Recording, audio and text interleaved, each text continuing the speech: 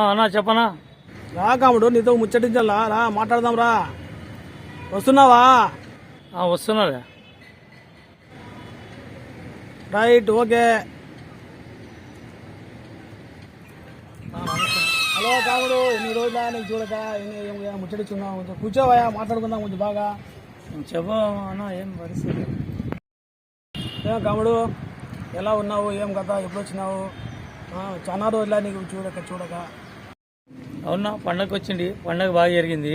నీకు కలిసిపోదామనే లోపల నువ్వే నాకు ఫోన్ చేసివి. అందుకే నీకు మాట్లాడిపోదామని వస్తున్నా. ఏం కాముడు, వ్యాపారాలు ఎట్లుంటాయి?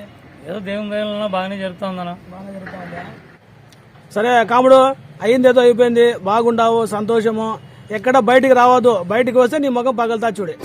నీ ఇష్టం. తర్వాత ఏమన్నా ఫ్రెండ్ అని మాట్లాడేకి వస్తే ఇంత మాట అంటావు? ఎందుకు అట్లా మాట్లాడుతున్నావు? నువ్వు పెద్ద మనిషి ముఖం పగలుతుందంటావు. ఓకే సార్, నువ్వు అసలు నువ్వు ఏం మాట్లాడుతున్నావు నీకు అర్థమవుతుందనా? ఫ్రెండ్ కదా అని ఎంత మర్యాద ఇస్తుంటే నువ్వు మళ్ళీ ఇట్లా మాట్లాడడం మంచిదిగా చూడనా? ఇది అది కాదు కాముడు, నీ మంచి గురించి చెప్తున్నాను నేను. బయటకు వస్తే ముఖం పగలుతా చూడు. నీకు అదే మాట ఎందుకు అట్లా మాట్లాడుతున్నావు అంటున్నా? ఉండే మాట చెబుతున్నానయ్యా. ఏంది ఉండే మాటనా? ఇది మర్యాదగా చూడు. నువ్వు పెద్ద స్నేహితుడు కదా, మా అత్తలూరులో నువ్వు ఓడే నాకు పరిచయం అని నేను నీతో మాట్లాడేకి వస్తే చెప్పింది నీకు క్షేమం గురించి చెప్తున్నాను నేను. క్షేమం ఎట్లా దాంట్లో మగం పగలుతుందంటే క్షేమమా? అదే కాదనా?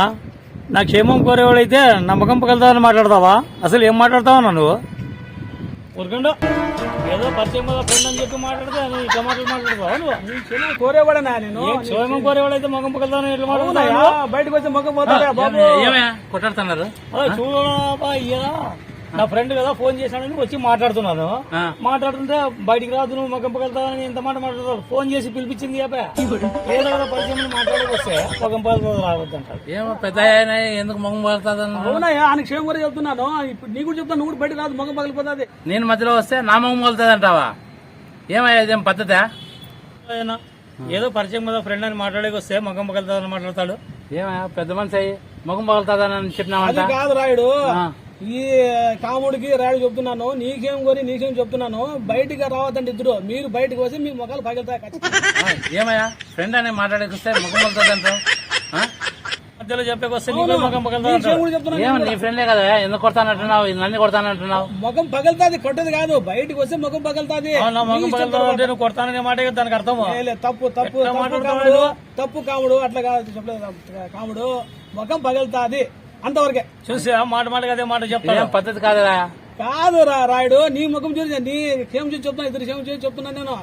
మీ ఇష్టం, ముఖం పగలుతుంది. ఆ లెక్కలు చెప్తున్నారు. నీ ముఖం కూడా పగలుతా చూడు.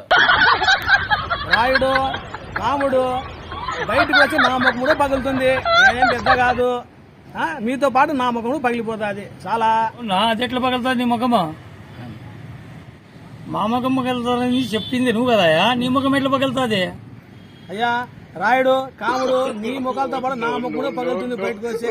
ఏమంటే చలికి అయ్యా బాబు, చలికి.